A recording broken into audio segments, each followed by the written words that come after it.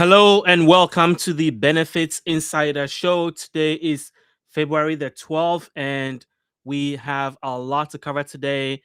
In our special report, I'm going to talk about why do so many people die right after retiring. This has become an issue that has been highlighted a lot, and so I did some research, and today I want to talk to you about the 7 critical factors that are robbing seniors of their hard-earned social security benefits and understanding the hidden dangers that threaten your retirement years. As usual, before I do that, I'm going to talk about the 3 things that you should know today from the news. The first one is that the head of the Center for Medicare Services, Dr. Oz, wants you to retire much later. He wants you to delay retirement. We're going to talk about that. And then there is a new crisis about identity theft, fraud. And so I'm going to review why locking your social security is the new form of credit freeze.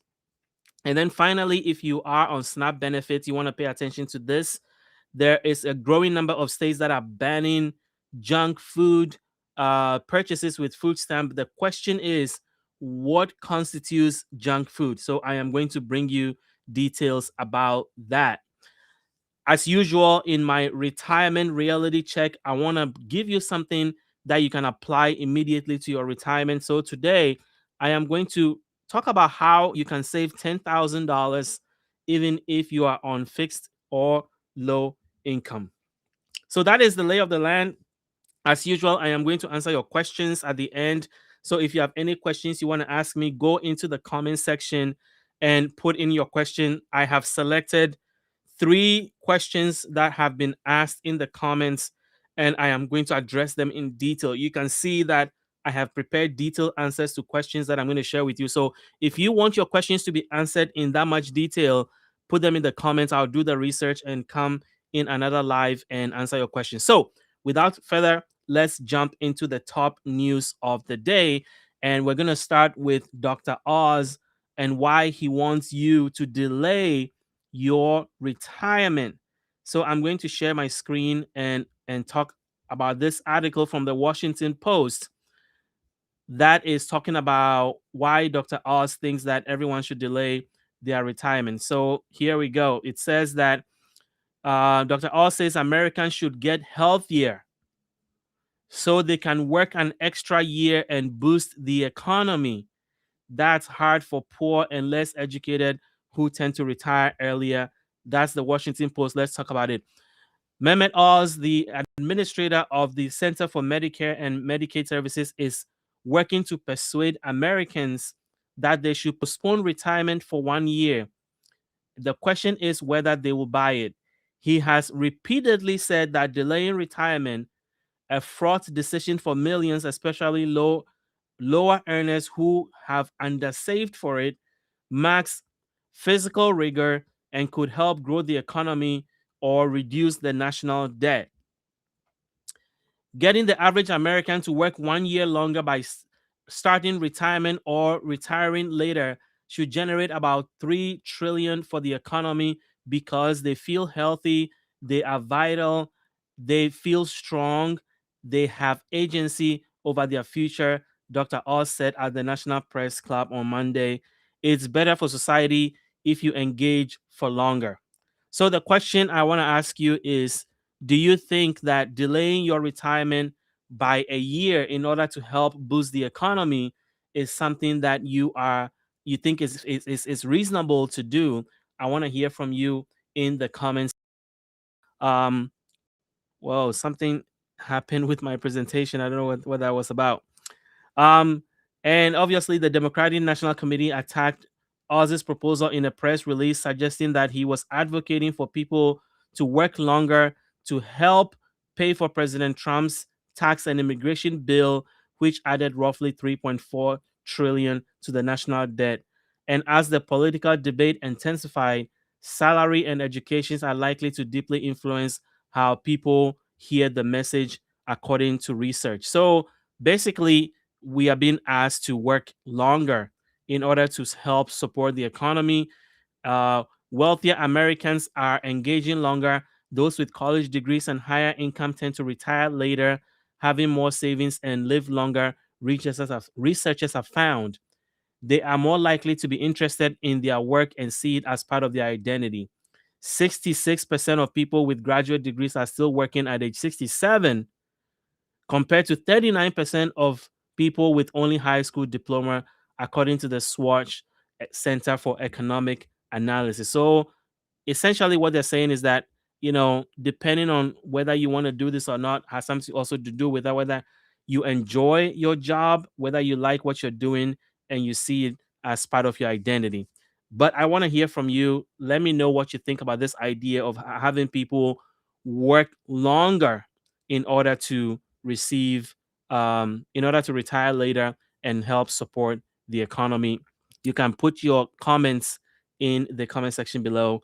But I'm going to go on to the next thing on our list, which is why locking your social security number is the new credit freeze. So, this issue has been a growing issue with identity theft on the rise. Seniors are looking for ways to protect their income, protect their savings. And so this is a new way for you to ensure that you are not victims of identity theft. Let's talk about it. It says, why locking your social security number is the new credit freeze. Here is how to keep your social security number private in the age of aggressive cyber criminals. So, your social security number was never designed to be a master key for your entire financial life.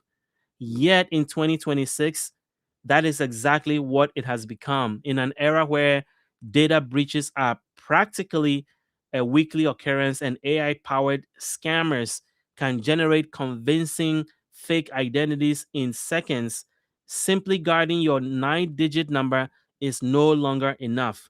To truly protect your future, you need to transition from a passive defense to an active one. So essentially, you were always told that you should guard your social security card to make sure that it doesn't get in the wrong hands.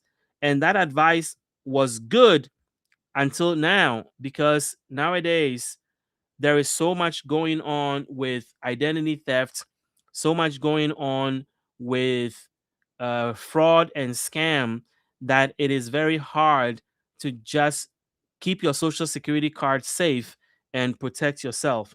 So, what are your options? What is being recommended? Well, to dig deeper, it says to protect your future, you need to transition from a passive to an active one. Locking your social security is a strategic move that shuts down the two most common avenues for fraud: illegal employment and unauthorized access to your government records. By understanding the tools available, you can fix this. So let's talk about, how do you lock your social security account? I'm going to walk you through that. So in this article, it walks you through the exact steps on what to do. So let's go through it together. So it says locking your social security number isn't a single sign off or switch off and on. Instead, it involves two primary government features designed to stop different types of identity theft, account takeover, and employment fraud. So it is a two-part process. Let's walk through the first part. So while you cannot freeze an SSN exactly like a credit report, you can achieve a simple result using two distinct government locks. Here is the breakdown of how they work and how they differ. So the first one is the E-Verify lock, right? Is the employment protection, so that nobody can use your social security number and go out and sign up for work and then leave you not only with adverse consequences, but also maybe with tax obligations that they have left behind by using your social security number to get employment. And so the lock specifically prevents scammers from using your SSN to get a job or pass an employment background check at any of the millions of employers that use the federal E-Verify system. Why is this important? If someone uses your social security number for work, The employer may report the person's income to the IRS using your SSN. When you file your taxes, you wouldn't have included those earnings because they weren't yours, but the IRS doesn't know that. So it means that the reason why you should use this e-verify to lock your social security for employment purposes is because somebody can take your number, get a job, rack up taxes, and then you are left on the hook for it. And so you can lock it. And here is the details of that. You can go to their website, create an account. Once you locked, any employer who runs your social security through e-verify system will receive a mismatch, and which means that it stops them from doing anything. You can lock it for up to 1 year, and you'll receive a 30-day notification before before your lock expires, so that you can renew it. Now, here's a twist. With the rise of AI generated identities, this lock is one of the few ways to ensure your work history isn't being used by someone else. So, that is the first important thing you need to do. And as I said, it's a two-part system. And so, here is the second part of that two-part systems that you can do, which is when you block electronic access to your account. This blocks everyone, including you, from accessing your or changing your social security records online or via SSA's automated system. So you can block your SS information through the Social Security Administration. So basically, you will call the Social Security Administration or visit an office and request an electronic access block. It blocks all automated telephone and internet access to your record, and the block, however, includes you. So when you block it, you cannot access your own record if you block it. Use this if you want to prevent a hacker from claiming your accounts using any other electronic means and accessing your social security record, because they can take over your record, if they can hack into the social security system. So these are the two ways that you can use to freeze your social security number from identity theft, from fraud. And I know it's a lot, but guys, this is the world we live in now. With AI, people are able to, you know, take over your identity in ways that are so sophisticated that it makes sense for you to want to protect your identity by following some of these steps that I have explained in this presentation. So let me know in the comments, is this something that you think you are going to do? Are you going to freeze your social security number? Have you been a victim of fraud? I want to hear from you in the comments section below. And then we are going to go back to the agenda, and I am going to stop sharing my screen and go back to my agenda. And the next thing on the list is food stamps. Now, if you are on SNAP benefits, this is important information for you to know, because there's been a growing list of states that are currently putting restrictions on what you can purchase with your EBT card, and that list of items continues to grow, and the list of states that are putting in restrictions also continues to grow. So let's talk about it. So it says food stamps and junk food bans, what you need to know. And here are the details of that particular issue. So food stamps benefits are now under strict rules. Currently, you can buy, fruits and vegetables, meat, beans, greens, cereals, and food considered junk, including soda, chips, cookies, pretzels, energy drinks, and candy. But some states, including Arkansas, Colorado, Florida, Idaho, Indiana, Iowa, Louisiana, Nebraska, Oklahoma, Texas, Utah, and West Virginia, essentially it's a growing number of states, are changing the rules about what you can buy starting in 2026, and banning SNAP recipients from using their benefits to buy certain junk food. Now, several other states are reconsidering whether SNAP benefits can be used to buy candy, soft drinks, and other processed food. Here's what you need to know about the restrictions. So, the biggest question around all of this has been, what is the definition of junk food, right? And so let's dig into it. In most places, you can use your SNAP benefit to buy pretty much any food in the grocery store. SNAP basically allows purchases of anything with a nutrition label. That includes staples like produce, dairy, meat, seafood, beans, nuts, as well as snack foods like chips, candy, popcorn, chocolate, cookies, and ice cream. But starting in 2026, some states have banned specific items from SNAP purchases. So, what are these items? Well, soft drinks and soda. This includes regular soda, diet soda, carbonated beverages. Some states will also restrict energy drinks, fruit drinks with less than 50% natural juice, and other sweetened beverages. The next category is candy. Hard candy, chocolate bars, gum, and confections will be ineligible for EBT in several states. Snack foods. Some states are considering banning chips, cookies, and other packed snacks from SNAPs, though specific rules vary by states. And then here's another one: frozen convenience foods. While basic frozen fruits and vegetables remain covered, some prepared meals may face restrictions. Each state has different rules about what counts as restricted food. So what you can and cannot buy depend on what you live. So here is a very good map that shows you what is happening in each state and the restrictions that are associated with them. So let's talk about it. So Texas is banning food starting in April the 1st. Arizona has a ban that is proposed. Utah started in January. Idaho is February the 15th. And Montana is proposing legislation. Basically, you can see like much of the United States either has a ban or has something proposed, right? Oklahoma, 12/15. Colorado is banning in March 1st. Nebraska has already put in place something as of January. Iowa, January 1st. Missouri, last year in October. Arkansas, last year in July. Louisiana, February the 18th.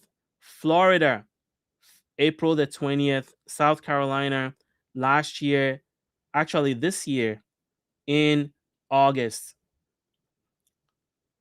Ohio has proposed a ban, and Pennsylvania bans or restrictions. Michigan has ban proposed. West Virginia started early this year, and Virginia is 4-1. So, what I'm going to say is that by the look of this, it looks like the entire country is soon going to put some restrictions on what you can buy with your food stamps when it comes to those four categories of things that I talked about, including soda and soft drinks, candy, snack foods, and frozen convenience foods. So, I want to hear from you in the comments. Do you think this is something that the government should be doing? Even though the data shows that people that are on food stamps are not buying, they are not buying food in any different pattern compared to the rest of the population. Essentially, the things that people on food stamps buy is similar to what the regular population is also buying. And so, why are they putting restrictions on people that are on food stamps? Let me know your thoughts about that in the comment section below, because this is a growing problem, and I know some of you are not happy about it. So I want to hear your thoughts in the comment section below. So those are the three things I wanted to cover with you today when it came to the news. And I want to share something with you. We have been working on guides, very resourceful guides that can help you really dig deeper and save money, get the perks and benefits that you deserve, help you maximize your retirement benefits, etc. And so these are some of the top 3 guides that are in our store right now. The first one is the Maximize Your Social Security bundle. This one on the left is packed with about 10 different guides that are within one bundle that helps you from anything from Social Security to disability to spousal to survivor to divorce benefits, All of that are in there in different guides that are part of this bundle. You want to check this out. We're going to put a link in the comments and also in the description to this video. The next guide is one we just updated, which is the senior. All of these are for 2026, the senior discount guide. If you have been looking for senior discounts, or you want to know that you're not missing out on any senior perks that you are eligible for, this one is the best one out there. Better than whatever you have seen from other websites. This is the best senior discount guides anywhere you would find. And so check that out. And then finally, a lot of you have been talking about needing help to find jobs, side jobs that can make you $500 to $1,000. So we have released our first guide, which is the Golden Gig Guide. It helps you on how you can make extra money with food delivery. It walks you through the steps that you can take from A to Z and start delivering food and making extra money through Uber Eats, through DoorDash, and similar apps. So check those out in the description and in the comments section below. So we're going to put that link up. So today's special report, why are so many people dying right after retirement? This has been one of the topics that has been very intriguing to me because I have seen news about it over and over again, and it's been very disturbing because we just read a report that Dr. Oz wants people to, retire later. And then here we have reports coming out that shows that people are dying soon after retirement, leaving their social security benefits on the table. So today I wanted to talk about it. Why is this happening? And most importantly, give you 7 critical factors that are robbing seniors of their hard-earned social security benefits and understanding the hidden dangers that threaten your retirement benefits. So here we go.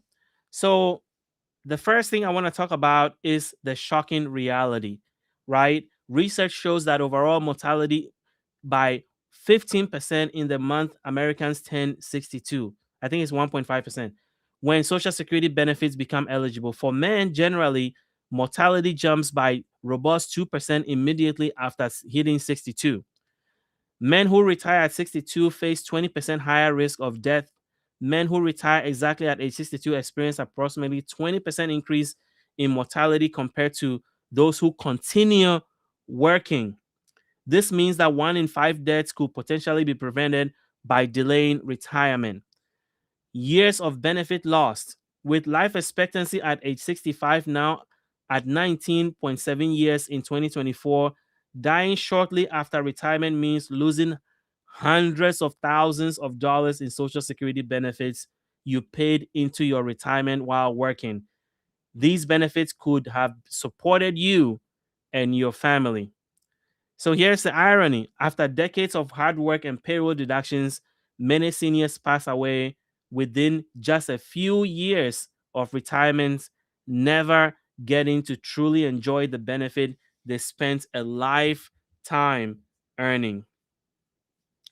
So the next thing I want to talk about is, the first factor, the first issue that is causing this, and that is pre-existing conditions, right? That's one of the first issues. Decades of damage before retirement.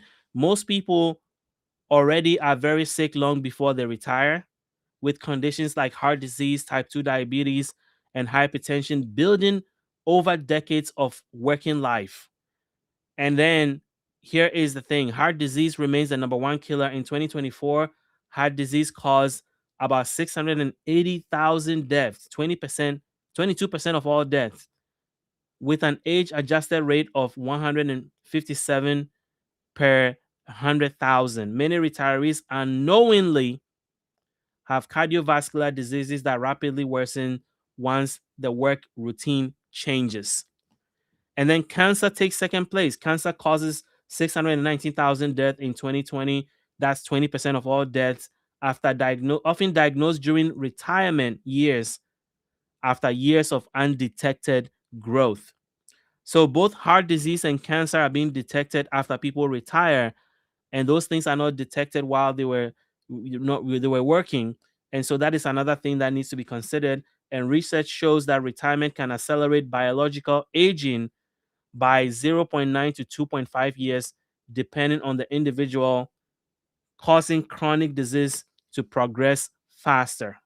Lower income seniors in the bottom 20% die 9 years earlier than their wealthy peers.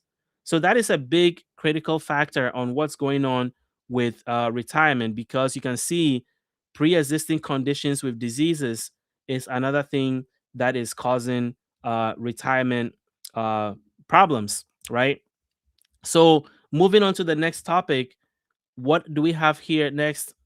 Let me make sure that I have my screen correct. Loss of purpose and identity is the second issue. For many Americans, their jobs provide identity, self worth built over 30 to 40 years of their lives. When retirement happens, many experience an existential vacuum, feeling aimless and lost without their professional roles. And so the identity crisis leads to health decline. Retirees often struggle with the question, who am I without my job? Leading to depression and anxiety. Studies show that the highest incidence of depressive disorders occur among people who retire after age 59 and those retiring between 65 and 69. Retiring later brings 10% higher risk of depression. So that's a problem, right? While adjusting for normal, the loss of purpose can persist for years. So once people stop working, they lose themselves, because now they don't know, they've been working for 30, 40 years, their whole identity is wrapped up in their work, and then finally they retire, and then now they're struggling with what to do and how to find meaning in life, and that can often lead to problems. So that's the second issue. The third one is social isolation. Isolation is one of the biggest issues that causes people to die early, right? Nearly one quarter, 25% of US adults age 65 and older are socially isolated, losing the daily interactions and friendships built over decades in the workplace. Retirement eliminates the authentic social structure that work provides, leaving many seniors suddenly alone. And isolation increases death risk by 29%. Research found that increased isolation associated with 29% higher risk of mortality, right? So being alone, social isolation also increases disability risk by 35% and dementia by 40%. And heart disease and stroke is elevated. So if you're isolated, your elevated or likelihood of having heart disease and stroke is higher. Social isolation and loneliness significantly increases the risk of death from heart attack and stroke. And so that's why it is important to have a social network of people that you are connecting with, right? And then it says loneliness prevalence is staggering. Between 22 to 47% of older adults report feeling lonely, which is even more prevalent than social isolation itself, right? There's a difference between social isolation and loneliness. You can't have people around you and still feel lonely. So that is the a big issue, which is issue number 3 that is causing people to die prematurely. Number 4 is living a lifestyle where you are not active, right? If you live a lifestyle where you are not active, that is also another leading indicator. Sitting disease, it's called sitting disease, becomes deadly. Without the physical activity required by work routines, many retirees become dangerously sedentary, leading to muscle degeneration, obesity, and poor circulation. Even office workers lose the basic movement from commuting and workplace activity. And then chronic disease risk. If you live a sedentary lifestyle, it increases your risk of type 2 diabetes, heart disease, stroke, blood pressure, high cholesterol, metabolic syndrome. All these things can happen. And then traffic accidents increase after age 62. The National Bureau of Economic Research found clear increase in age 60 in deaths from traffic accidents, chronic obstructive pulmonary disease, and lung cancer. Those amount to nearly half of increase in male mortality post-retirement. And then loss of independence. Sedentary behavior leads to stiff joints, weaker muscles, and accelerated bone loss. Now, I am sharing this with you because I have solutions at the end to show you what you can do in order to fight this if this is the life you are confronted with. Because, you know, the tragedy is that people work 50 years, 40 years, 30 years, and then get their social security benefits, and then they expire a few weeks later or a few months later. Financial stress also causes health problems, right? So, um, severe financial stress increases death risk by 61%.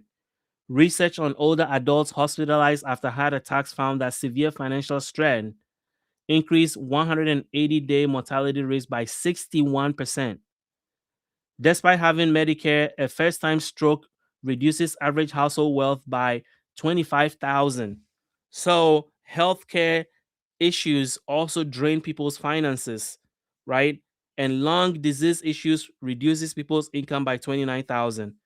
80% of retirees say they are struggling financially, according to research, and stress reduces medication adherence. Between 5 to 7% of older adults report severe financial stress, which is associated with lower medication adherence and poor recovery from health issues. So, all these issues are connected in a way. And then, issue number 7 is depression and suicide risk. And here I want to be careful covering this topic because if you are feeling depressed, if you're feeling suicidal, please reach out for help because these issues are very serious and the numbers show it. In 2024, suicide became the 10th leading cause of death in the United States with 48,000 deaths among older adults 55 and older. Men have a suicide rate of 29.6 per 100,000. That is nearly 5 times higher than women, right? Retirement represents major life stressor. Rather than providing relief, retirement represents a significant stressor that can trigger or worsen depression and anxiety. And depression after retirement is driven by multiple factors such as loss of job related identity, social isolation, financial strain, and lack of structure.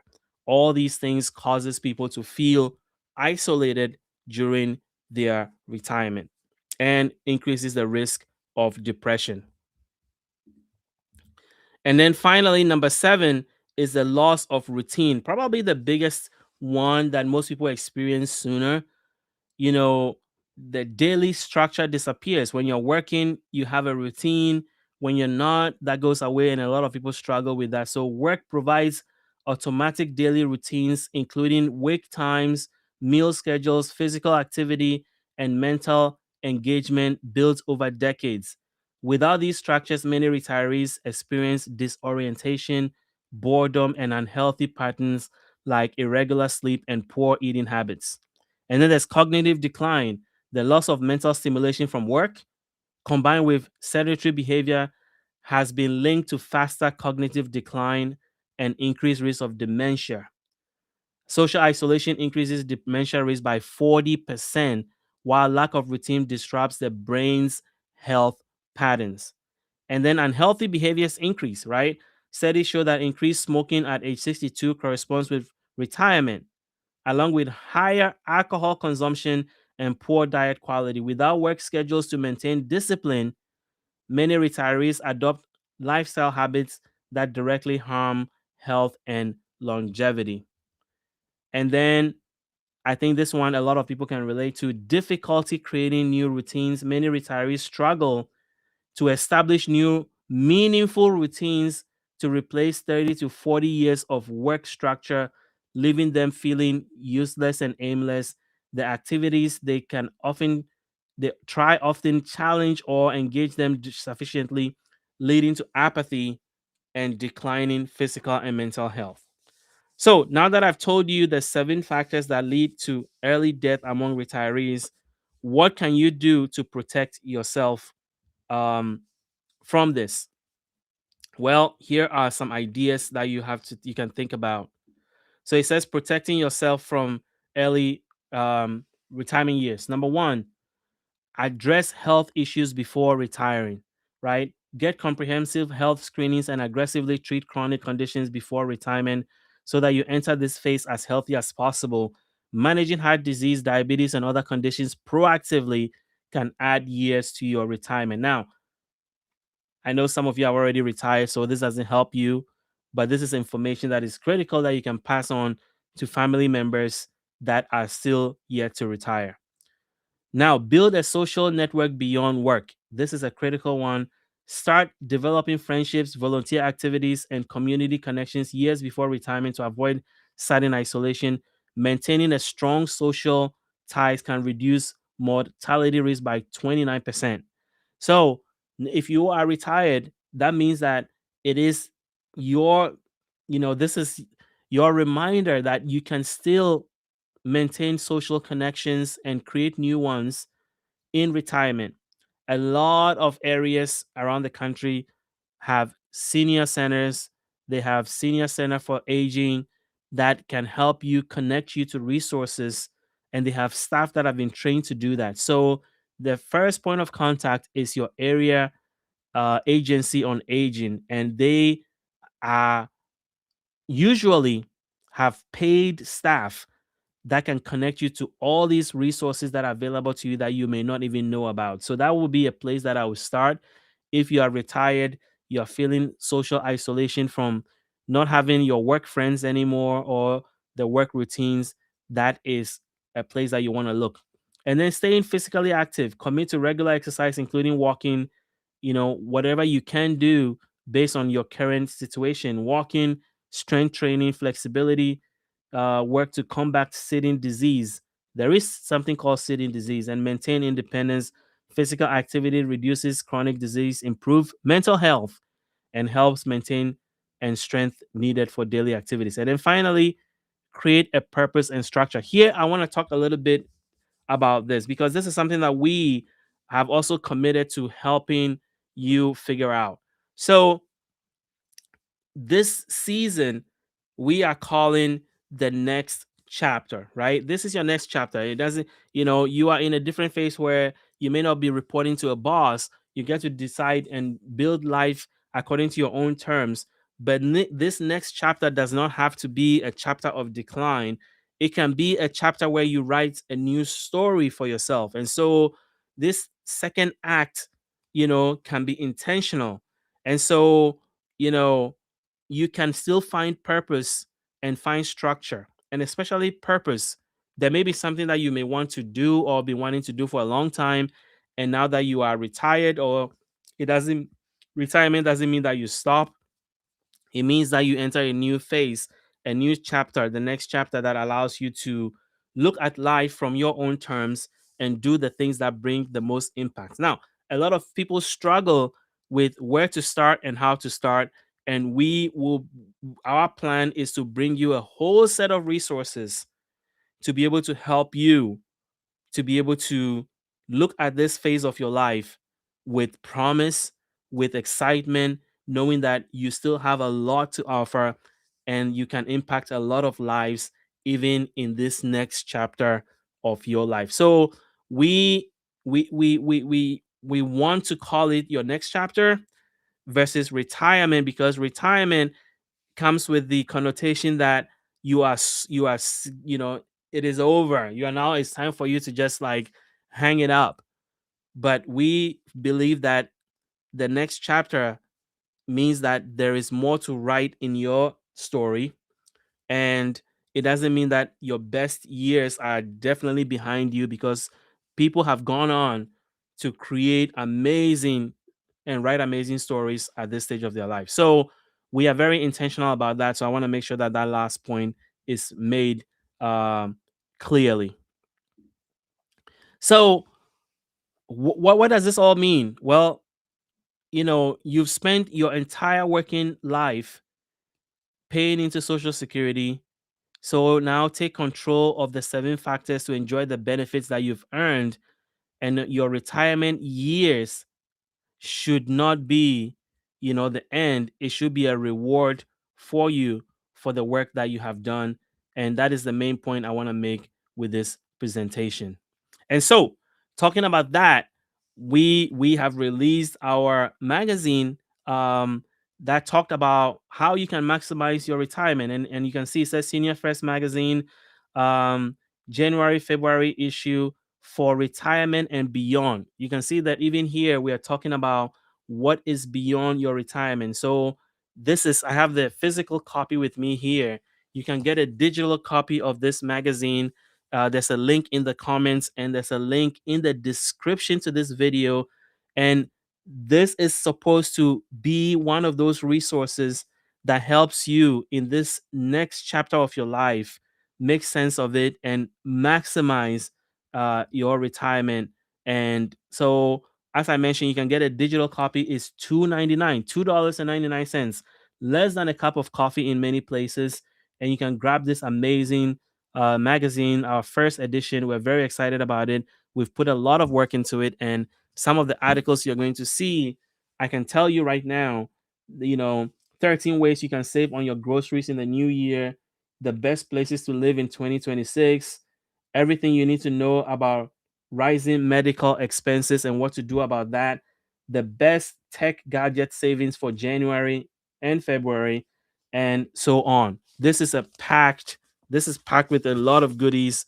We've spent a lot of time and very excited to bring this to you. So check out the comments and the description and grab a digital copy of our Senior First magazine for $2.99, less than a coffee in many, many places. Next, I want to give you something. Then I'm going to talk about question and answer. So if you have a question you want to ask me, go into the comment section, drop your question there. I will be happy to answer it. I have also gotten questions that some of you have sent, and I have prepared detailed answers. And so, if you have a very complex situation and you want me to look into it, do the research, and come in and provide you a detailed, structured answer, let me know in the comment section. I'll be happy to do that. So, stay tuned. Do not leave. We are going to get into a Q&A section at the end where I get to answer your questions. So, this section of our show is called the Retirement Reality Check. And today, I wanted to show you how you can save $10,000. A lot of people are feeling like they're experiencing tremendous financial stress and they don't know if they can even save anything at all. So, I'm going to challenge that idea by showing you how you can save $10,000 over a period of time. So, here, what I'm going to dig in is how to save $10,000 while you're living on Social Security and fixed income. And I'm going to give you 5 practical systems and steps to do that. So let's dig into it. So, first, why does savings matter? It may be obvious, but here it is. 40% of seniors rely solely on Social Security. Social Security only covers 30%. Let me say that again. Social Security only covers 30% of retirement expenses. Emergency expenses can derail your financial stability, and so a $10,000 fund provide you with real peace of mind, kind of like a rainy day fund. And so here is step 1. First, pay yourself. Now, this is a principle that I have come across as a business owner a long time ago, and it has changed the way I think about finances.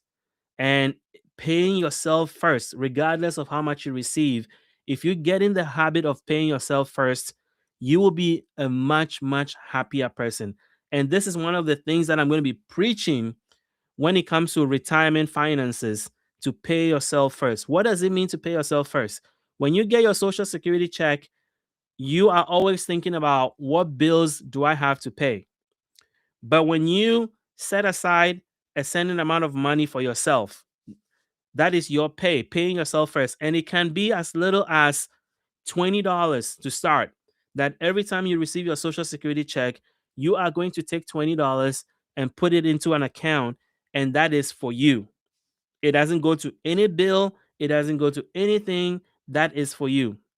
You will be surprised by the mental shift that is going to happen, because over 5 months, all of a sudden you have $100 in that account, and that is for you. It's not budgeted for anything.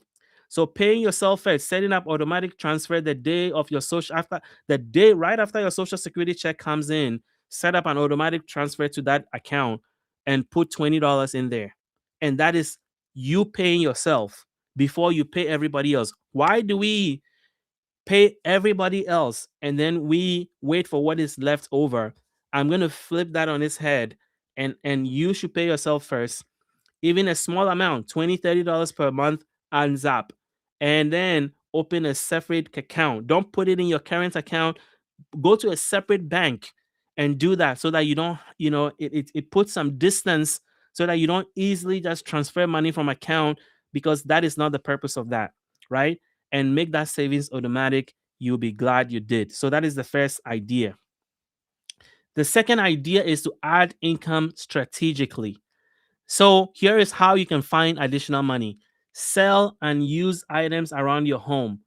You can have, you'll be surprised. Right now in your house, you may have about $3,000 worth of things that you can sell, that you're not using, you haven't used in a long time. Even if you sell all that and you get $500, that is still a lot of money that can go into that account. So make it a point to audit your house and see the things that you haven't used over the last year or two that have value, and then put them aside. And stay within social security earnings limits to protect benefits, meaning that if you are working, so the third idea is to take on flexible work, right? Flexible work, including tutoring, pet sitting, and crafts. And I'm working on another guide to help you with some of these jobs. I just showed you one of them on how to get a gig economy work, right? We're going to create another guide on how to do pet sitting and tutoring, how to get tutoring jobs. Those are the next two we're going to work on. And so getting a flexible job is also going to help you. Even if that job brings in $100 a week, that is an extra $400 a month, right?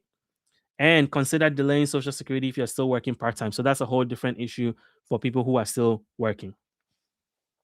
Step number 3, focus on big rocks. Target your 3 largest expenses. So if you want to save money, look at what are the 3 things that you spend the most money on.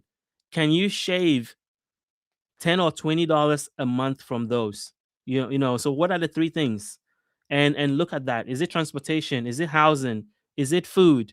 Can you do things that can help you reduce? Now, some of the ideas I've put on the screen when it comes to food: meal plan, cook at home, use senior discounts.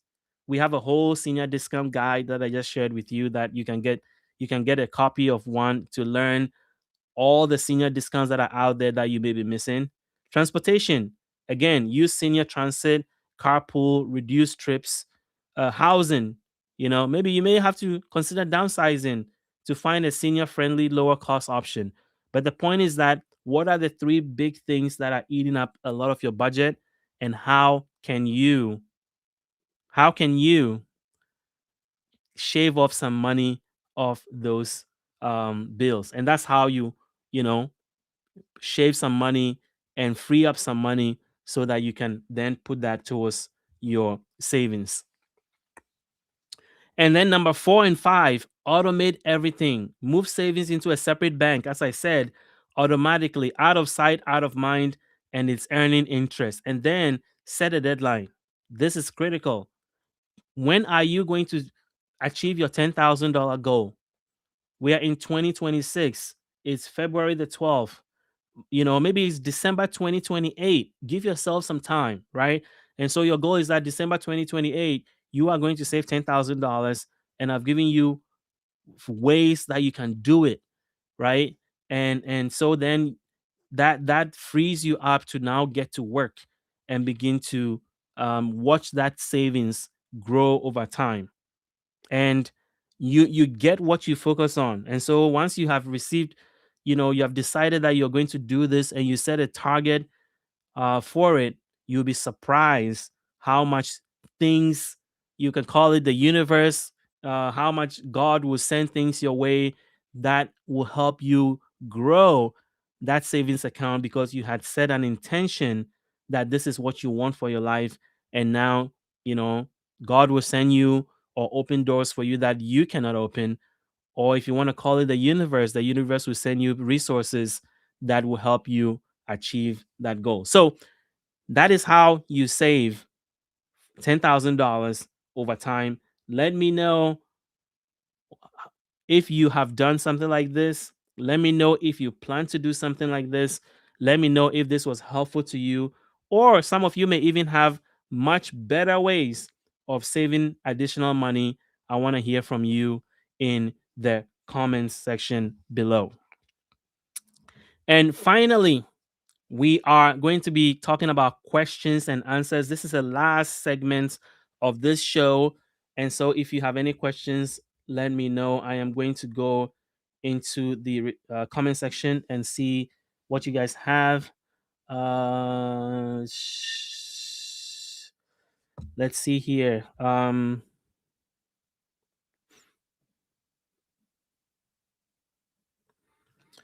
Okay, somebody's saying that they literally talk themselves into dying. So I'm just following some of the comments here. But a couple of things I want to repeat. Number one, we are putting the guides that I shared, we're putting them in the comments, the senior discount guide, the maximize your social security guide, and then the how to make extra money with the food delivery side gig. And we've also put in the Senior First magazine. It's in there in our Senior First store. So I'm going to go to the questions that I've received. And then if I see a question in there that you have, I am going to then highlight it. So let's talk about this. So here's a question that came through, and I'm going to read it and then tell you what my answer is. Okay. It says, I'm 65. And okay, before I do that, let me go back. It says I'm 65 and working full time. My husband and I were married for 3 years and he passed away in 2010. I'm sorry to hear that. My daughter, who was 7 at the time, collected a survivor benefit until she was 18. Can I draw from his social security when I turn 67 until I retire and then draw from mine until age 70? Even though we had lived together for 14 years, we were only married for 3. So this is from Donna. And obviously this is a very complicated question, but it has a couple of components. So let's talk about it.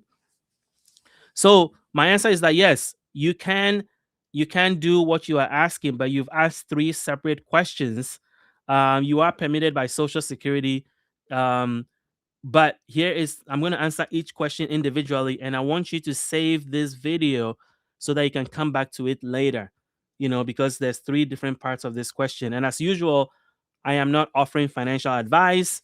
You should confirm this with a professional to make sure that they look into your total situation and you can make an informed decision. But based on the question that you've asked, here is my answer. The first one is that you have met the marriage requirement. You say you were married for 3 years.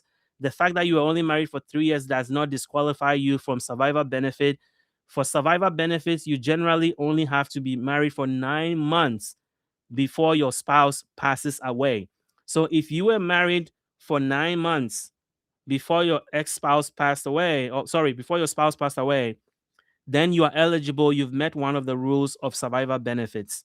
Since you were married for 3 years, you're well above that requirement.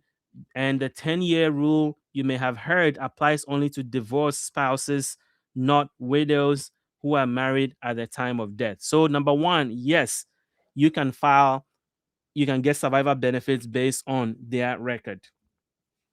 Number two, you can switch to your own benefits. You were talking about switching later at age 70. So unlike spousal benefits, survivor benefits allow you to choose which benefit to take first, right? And so the rule that forces people to claim all available benefit at once does not apply to widows. So here you are allowed to file for survivor benefits at 67, and then that allows your own retirement to grow earning delayed retirement credits, excuse me, earning delayed retirement credits until age 70, excuse me, when you absolutely have to withdraw it. So when you reach age 70, you can switch to your own retirement if it's, if it's higher. So yes, you are allowed to do that. So that is the answer to your second part of your question. As I said, it was a three-part question. And then part three, working full-time at age 67. Since you plan to start drawing your survivor benefit at 67, your full-time work will not reduce your money. So when it comes to the earnings test, if you are below your full retirement age, then you have to meet the earnings test. But the full retirement age is age 67 for anybody born 1960 or later. And so since you are retiring at 67, it's guaranteed that you would not be impacted by the earnings test. And so you can work as much as you want while you claim Social Security, and it will not impact you, even if you are claiming survivor benefits, right? And remember, there are taxes on Social Security benefits. So even though your benefits will not be impacted by the earnings test, still you have to think about taxes, because some states do tax Social Security and the federal government still has taxes on Social Security. And so here is a summary of what you asked about.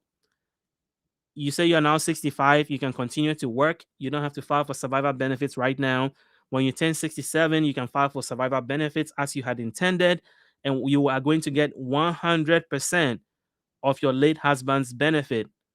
And if you work while receiving survivor benefits, it will not impact your earnings. And then finally, at age 70, you can switch to your own benefit, which would have grown due to delayed retirement credits.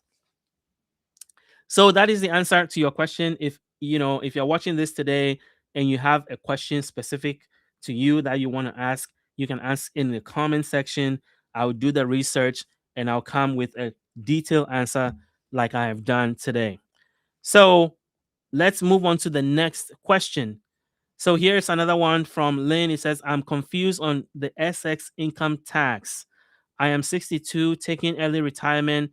I am going to work part-time, making sure I won't go over the 23,400 I am I I am allowed to make. So when it comes to filing taxes next year, I will get taxed on my part-time job income and my Social Security. So you're asking whether, when taxes time comes, whether you're going to be taxed on both. So yes, it is possible you'll be taxed on both, but not necessarily on the full amount. So let's talk about it. Now, let's isolate each of them. And again, you can save this video and watch it later for the detailed answer. So the earnings limit you are saying is 23,400. That was for last year. This year is 24,480. So it has gone up compared to last year. But the good news is that as long as you make less than 24,480 in wages in 2026, you will not have any part of your Social Security check withheld as a result of the earnings limit. But for every $2 you go over it, you lose $1 in benefits. Next, we talk about the taxes you're asking about. This is where your question lies. Yes, you will likely have to include some of the Social Security income in your tax return, but it depends on what you call your combined income. So here I'm going to define what it means when we say combined income. It is your adjusted gross income, which is your wages, etc., plus non-taxable interest if you have any of that, and then half of your Social Security benefit. All that together is what they call combined income. And so once you calculate that, that is going to determine how much taxes you're going to pay. So if your combined income is below 25,000, you pay zero in Social Security taxes, right? If it's between 25 and 34, up to 50% of your Social Security is taxable. And if it's above 34, up to 85% of your Social Security is taxable. So that is how you have to look at taxes, but you first have to calculate your combined income. And I've given you the formula right on the screen. And then, this is an example of how that would work. Let's say that you make 23,000 part-time, your Social Security benefit is 18,000. Then we're going to calculate your combined income. We're going to start with your wages, and then we're going to take half of your Social Security because you don't have any interest income. And so your combined income is 32,000. And since 32 is over 25,000 threshold, you will have to pay income taxes on portion of your benefit up to 50%. So that is how the math is going to work in this example that I have shown you on the screen. And then finally, the third question is from Kathy. She said, when my husband died at 53, he had been on disability for 2 years. I think he was getting 2,200 a month. I was 44 at the time. When I turned 60 and applied for survivor benefits, will it be based on his disability benefits or his full retirement age benefit? His age would have been 69 when I reached 60. Also, is there really a limit of 24,000 I can make before they start reducing it? And is it only 70% of what he was receiving if I claim at 60? I currently make about 43,000 annually. It is it even worth applying at 60? Would I need to take a pay cut? One more thing, why do disability benefits pay more than retirement benefits? So Kathy, you're asking three different questions in one question. So I'm going to break them down and answer each of them for you.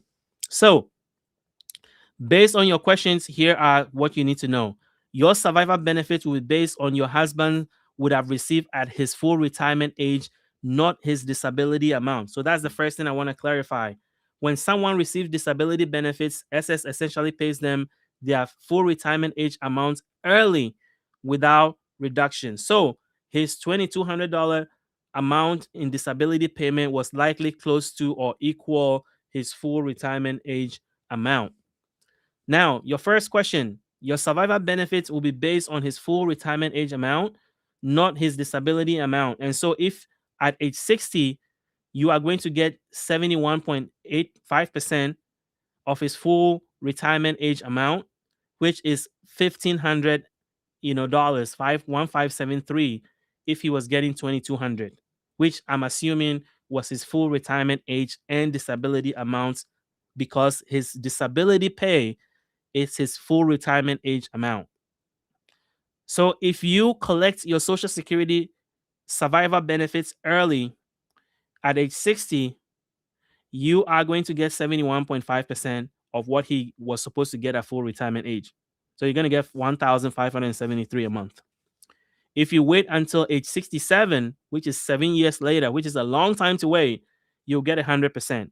So you're getting a 28.5% reduction, which is a permanent reduction if you claim at age 60. So that's the first part of your question. Again, you can save this video and come back to it later. The second part is your earnings limit. So 2024 earnings limit, like the previous question, is 24,480. If you earn 43,000, you exceed it by 18,500. And so Social Security will take $1 for every $2 you go over that.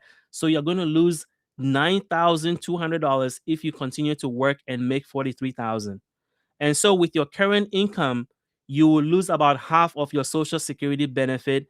So you have to think about that. Is it worth collecting Social Security at age 60, even if it's survivor benefits, if you are going to lose half of it because you are working and earning $43,000? So that's something that you may think that the extra 9,000 in addition to your 43,000 puts you in a higher bracket, and so it may make sense for you. You have to figure that out for yourself, whether it's worth it based on your financial situation and how much you are expecting from Social Security benefits. So disability doesn't actually pay more. I want to clarify that it pays your full retirement age amount regardless of your current age. So if you retire early at 62, you're going to get 70 to 75% of your full retirement age amount. If you get retired disability at any age, you get 100% of your full retirement age amount. Normal retirement is at 57, 67, you get 100%. So disability may appear to be higher for most people because when you apply and you qualify for SSDI, you get 100% of what you would have received at your full retirement age. That's why some people think disability is higher than regular, but they are comparing it to early retirement and not retirement at your full retirement age. So, guys, that is all I wanted to share with you. The last thing I want to talk about is Medicare. If you haven't called our partner Chapter Medicare, here is a testimonial that you need to think about, because when you hear it from me, it sounds like I am telling you something, but you're like, is this really true? Is Chapter really that good? Well, here is a testimonial that came in recently. The person had experienced a surprise with their Social Security Medicare benefits, and they called Chapter, and Chapter Help fixed it. So he said, I called Chapter because my Medicare plan showed that it covered my doctors and had a transportation benefit.